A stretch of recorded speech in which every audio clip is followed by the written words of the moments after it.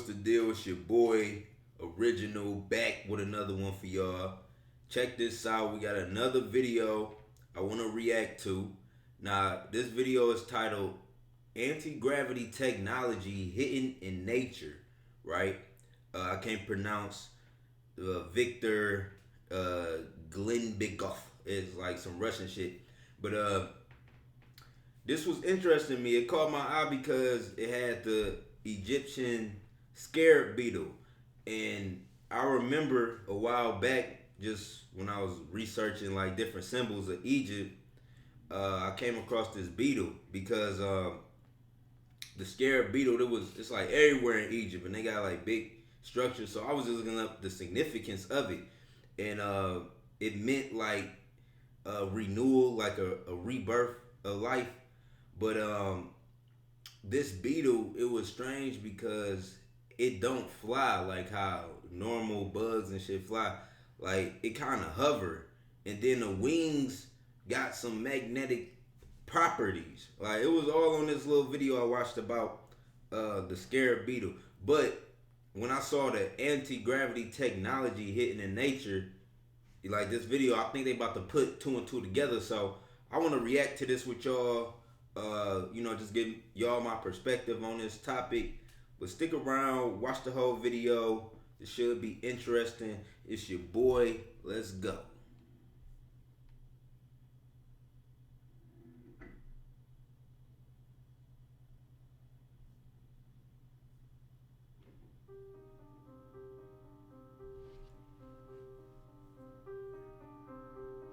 Oh!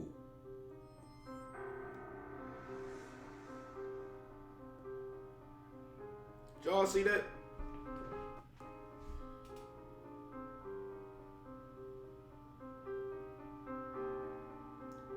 Look at that shit.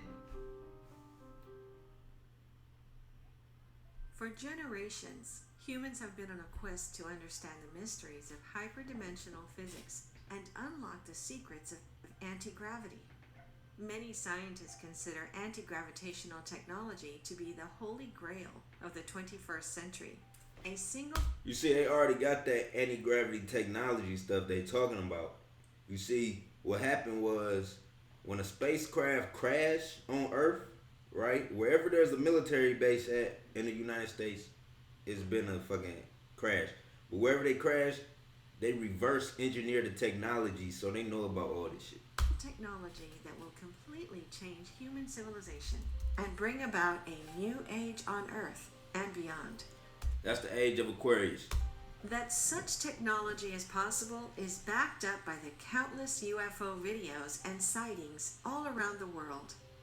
Recently, even the United States Navy released mysterious footage of a UFO encountered by Navy pilots. There's a whole fleet of them. Look on the SA. Look at that shit, bro. Well, the first look how it's rotating. It's rotating. But it ain't. According to you the see data, what I'm saying? Like, NASA began its work on it was rotating like as if it was on a a gimbal or something. Y'all saw that? Like how it just curved in? That's what I'm talking about. They believed that a device built around a superconductor and a magnet could shield an object from gravity. Declassified documents indicate that the United States started their anti-gravity research much earlier, as far back as the 1950s. Many believe that after the 1950s, after let me see if she say it. Infamous Roswell UFO crash in 19... This changed the world. Y'all know, you know what I'm saying? I don't know where y'all minds at, but you know, I believe our universe is as vast as the fucking jungle. Like, if you go out into the jungle, you're gonna see small organisms. You're gonna be hearing noises and shit, knowing there's life out there. You stay out there long enough, your ass gonna see a big ass deer or a big ass bear, right? And that's the same thing, you know, that's the same concept with the universe, man. As above, so below. You know, the universe, you go out there, you're gonna see like little pieces of life, and then the longer you explore out there, you gonna see one of these big ass ships. You gonna see something move because it's other forms of life, man. We not the only ones. And events like this, you know, happen all over America. Like I just said, everywhere where there's a crash, where it's a military base. It's a military base wherever there was a UFO sighting, a crash in Roswell. They reverse engineered everything at Roswell. Everything. They even had a interview with the ET. You know what I'm saying? Like telepathically. Like shout out to my first music engineer ever, Tip, man. My boy Carl. But he taught me about all this shit. 1947, the U.S. government started spending billions of dollars on reverse engineering extraterrestrial technology. Curiously, the U.S. Secretary of the Navy is listed as the administrator on several radical aviation technologies patented by aerospace engineers. For example, a mysterious man by the name of Salvatore Pais is named as the inventor of 4 ambiguous patents for which the United States Navy is the assignee. A bizarrely shaped high-frequency gravitational wave generator. Whoa, hold on. The United States Navy is the assignee. Oh, she about to name them. A bizarrely shaped high-frequency gravitational wave generator. A high-frequency. Let's break this down. Let's stop. Let's digest this. A high-frequency gravitational wave generator.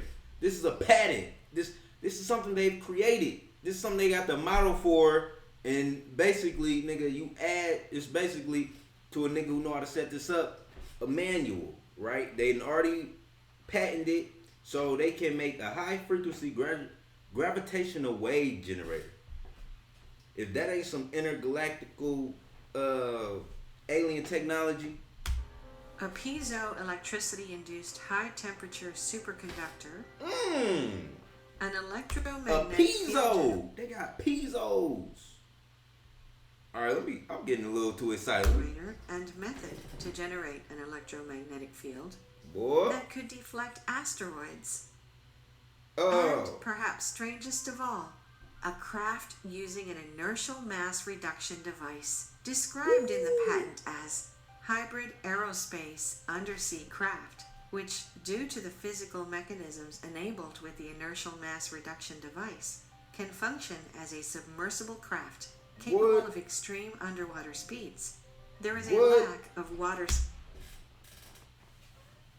Bro, they got something that can fly from outer space, nigga, into Earth, into the atmosphere, and that bitch can go underwater and travel to underseas, nigga.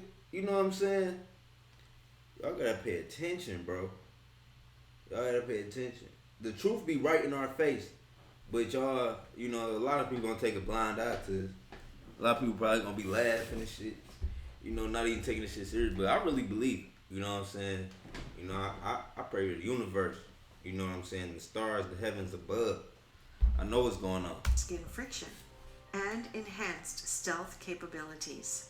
This hybrid craft would move with great ease through the air, space, and water mediums by being enclosed in a vacuum plasma bubble or sheath due to the coupled effects of EM field-induced air and water particles repulsion and vacuum energy polarization.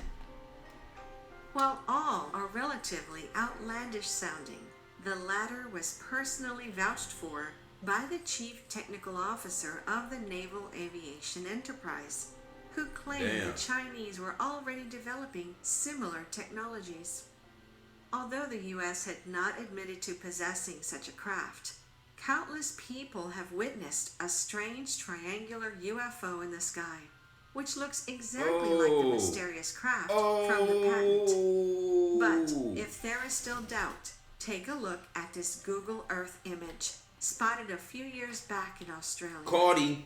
Of course, follow the coordinates now, and you'll find that the mysterious object has been hidden from Google Maps, which makes it even more suspicious. No doubt, the world of anti-gravity is one of cloak and dagger, of extraterrestrial implications and dark money funding. However, the man that we've dedicated this video to was not a backroom power player or governmental elite, but an ordinary man in an extraordinary position at the forefront of anti-gravity discovery. He did not accomplish this with billions of dollars or secret government facilities, but simply. You know, some people But you just. all know that politics has never been my thing. Some people just tapped in. But to all the young, By observing nature and all its wonderful creation. See, this is why I say in some of my more conscious videos that you can understand a lot about life if you just study nature, right? You can understand life if you just study the seasons, right? You know what I'm saying? That it's gonna be ups, it's gonna be downs. You know what I'm saying? It might be cloudy today, but you're gonna have another sunny day. You know, and it's like simple little mindset, you know, simple little analogies and metaphors that you gotta remember, like, and it'll help you understand how all of this shit works. And you can find a lot of these analogies and metaphors within nature. Before we continue, we'd like to thank our friends from Skillshare Oh, for sponsoring come this on video with the here in the Russian sponsors. Civil War. Grubenikov's mother was a noblewoman and his father a simple mechanic, two classes which previously would not have intermingled. For his part, Grubenikov was an intelligent, curious young man, and he became among the first of a new educated generation. It was this education that led him as an adult to Novosibirsk on the southern tip of the western Siberian plain. Siberia. There, Grubenikov took to a wide range of interests, becoming a scientist, specifically an entomologist, which is the study of insects, but also a naturalist, painter, and rugged outdoorsman. He may also have been a poet, judging by how he described the natural beauty of the Siberian steppe, as he wrote, "A quiet evening in the steppe.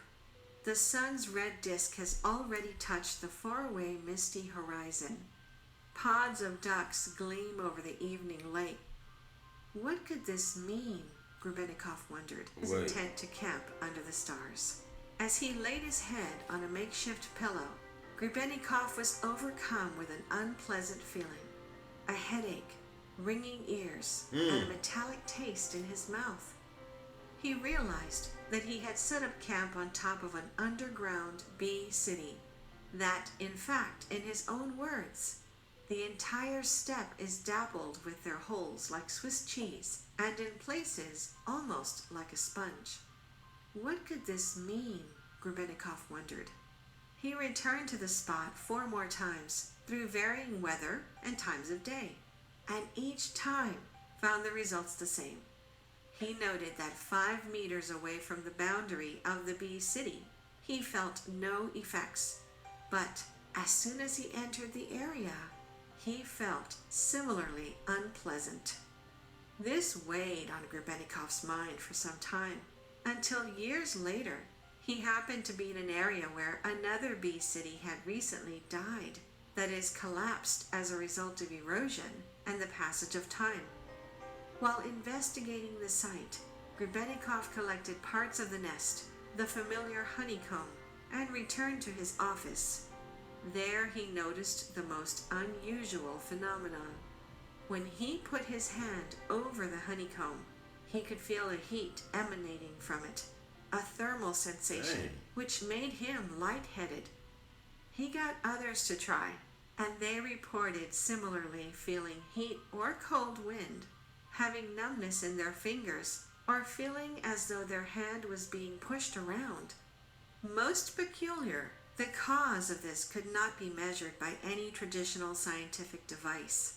Grubenikov noted that thermometers or ultrasound detectors, magnetometers, and electrometers did not respond to them in the slightest. Further, the effect could. Did you know getting that deep. more Hold than on. half of businesses don't have an employee Hold on, training hold and on, development? hold on. not be blocked by covering, even with a thick piece of metal. Strangely, clocks, both mechanical and electronic, started running inaccurately when placed near the zone. By chance, Grebennikov had discovered the cavity structural effect, CSE, which is what he called this type of force field which surrounded cavernous honeycomb-like objects. Believing this to be an important and potentially groundbreaking discovery, Grebennikov published an article on his findings.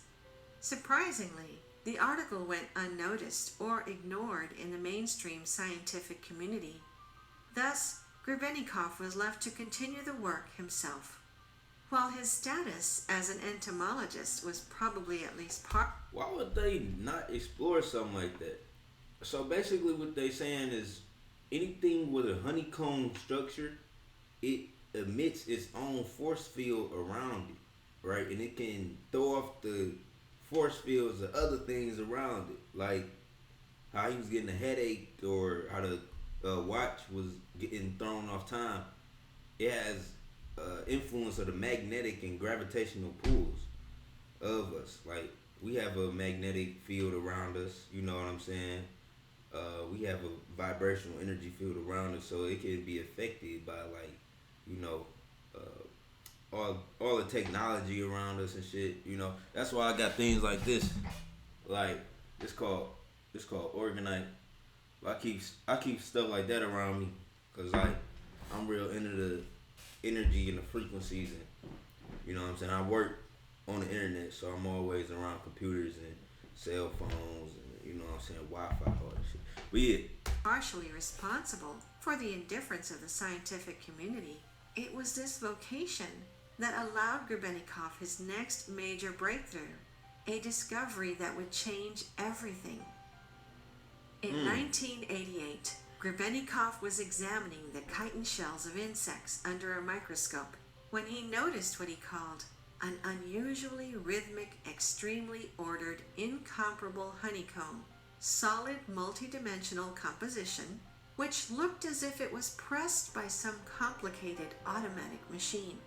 damn. As he moved deeper into study, something extraordinary happened. As Grebennikov described, I was about to place a second identical plate with the same unusual cell structure on its underside, almost purposely on top of the first one. But then, the little plate came loose from my tweezers, hung suspended above the Damn. other plate on the microscope stage for a few seconds, then turned a few degrees clockwise and swung, and only then it abruptly fell on the desk. Damn, so y'all get it. He did a microscopic, because they said he studied insects, right? So he did this microscopic telescope view of a beetle wing, right? And he saw that it had this honeycomb structure that looked like pressed into it. It looked pressed into it, right? And when he examined like two separate wings, right? And he placed them on top of each other. It's this magnetic, you know what I'm saying? Y'all see it's floating, like the shit is floating. Those are two beetle wings. You know what I'm saying? It's deep. When I came to my senses, I tied a few panels together with a wire, and it wasn't an easy thing to do. I succeeded only when I positioned them vertically. What I got was a multi-layered chitin block, and I placed it on the desk. Even a relatively large object, such as a thumbtack, would not fall on it. Something pushed it up and aside. Oh. When I attached the tack on top of the block, I witnessed incredible, impossible things. The tack would disappear from sight for a few moments.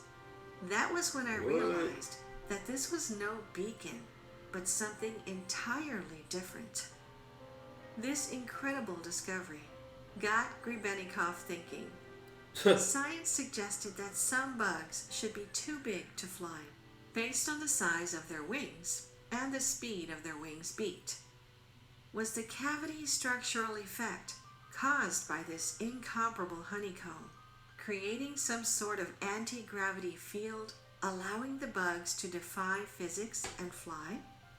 Were the bugs, in fact, not flying at all, See, look. but levitating? Look, they like, Following this line of thought and the works of past scientists like Nikola Tesla, Grebennikov set about trying to create some sort of anti-gravitational vehicle. For years he toiled, pouring heart and soul into the project, until finally he came up with something possessing apparently amazing characteristics. By attaching hundreds, if not thousands of chitin shells to the bottom of a simple wooden platform, Grebennikov had invented an anti-gravity vehicle which he claimed could travel at up to 1,500 kilometers per hour, as many as 300 meters off the ground. He operated the device by stepping on the platform and using two handles attached to the base by a single pole.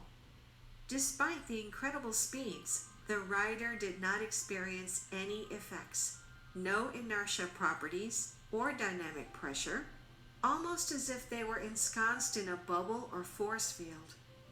Further, when in flight, the device was invisible from below, appearing as only a light sphere or cloud in the sky. Observers noticed that even his shadow was missing when in flight, and his watch was constantly shifting forward or backward.